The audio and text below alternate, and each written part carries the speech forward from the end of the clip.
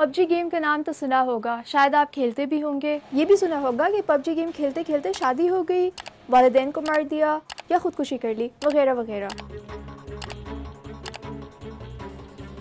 लेकिन क्या आपको ये मालूम है कि यही पबजी गेम अब मुसल्लह शिद्दत पसंद अनासर पुलिस पर हमलों में भी इस्तेमाल कर रहे हैं। खैबर पख्तूनख्वा के ज़िले स्वात में पुलिस थाने पर हमलों में मुलव्विस 2 अफराद को पुलिस ने गिरफ्तार किया और उनसे जब पूछगिछ की तो उन्हें ये मालूम हुआ कि वो हमलों के लिए पबजी गेम का चैट प्लेटफॉर्म इस्तेमाल करते हैं।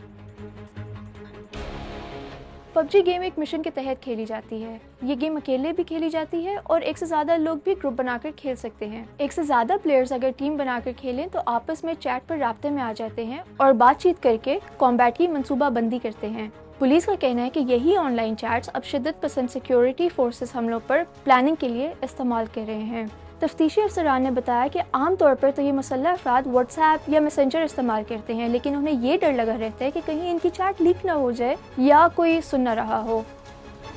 स्वात के पुलिस अफसर डॉक्टर जाहिदुल्ला का कहना था कि ये इंकशाफ इनके लिए भी बहुत हैरान कुन था कि मुसल्लह शिद्दत पसंद इसमें ग्रुप बनाकर मैसेजेस के लिए राब्ते में रहते हैं। पुलिस के मुताबिक मुल्ज़िमान ने तफ्तीश के दौरान बताया कि उनके ग्रुप में शामिल दीगर लोग अफगानिस्तान में हैं और वो उनके साथ पबजी गेम की मैसेजिंग सर्विस के ज़रिए राब्ते में थे।